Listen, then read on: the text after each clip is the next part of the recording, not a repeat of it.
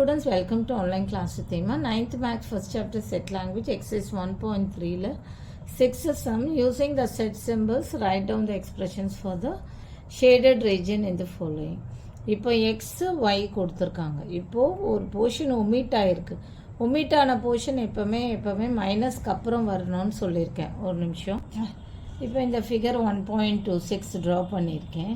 நான் எப்போவுமே என்ன சொன்னேன், ஒமிட்டான போர்ஷன் வந்து மைனஸ்க்கு அப்புறம் வரணும். அப்போ இது எப்படி எழுதலான்னா ஒய் மைனஸ் எக்ஸ்ன்னு எழுதலாமா? மைனஸுக்கு அப்புறம் எக்ஸ் போர்ஷன் ஒமிட் ஆயிருக்கு.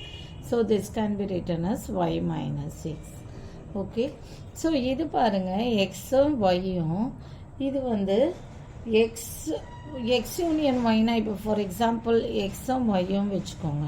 இது எக்ஸு ஒய் வச்சுக்கிறோம். எக்ஸ் யூனியன் ஒய்னா என்ன?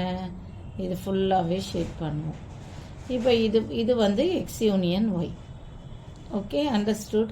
இப்போது இந்த போர்ஷன் தவிர மீதி போர்ஷன் ஷேட் ஆகிருக்கு. அப்போ இதை என்ன சொல்லலாம்னா X union Y whole dash. புரியுதா? ஃபிகர் 1.27 வந்து X union Y whole dash. X union ஒய்னா எக்ஸ் ஒய்யும் ஃபுல்லாக ஷேட் ஆகிருக்கும்.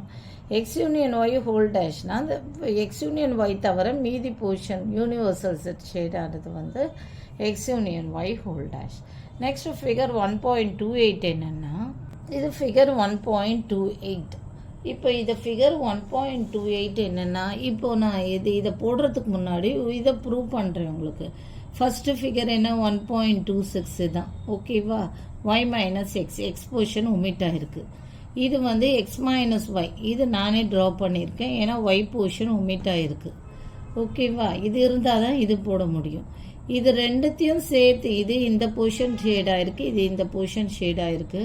இது ரெண்டும் சேர்த்து இந்த போர்ஷன் ஷேட் ஆகிருக்கு. அப்போ இதை என்ன போடலான்னா எக்ஸ் மைனஸ் ஒய் இங்கே எழுதிடுறேன். ஃபிகர் 1.28 என்னன்னா எக்ஸ் மைனஸ் ஒய் இங்கே எழுதுகிறேன்.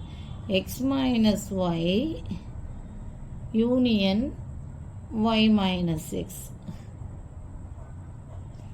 X minus Y union Y minus X.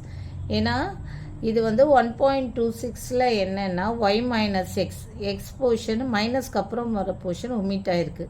இது எக்ஸ் மைனஸ் ஒய்னா மைனஸ்க்கு அப்புறம் ஒய் போர்ஷன் வந்து ஒமிட் ஆகிருக்கு.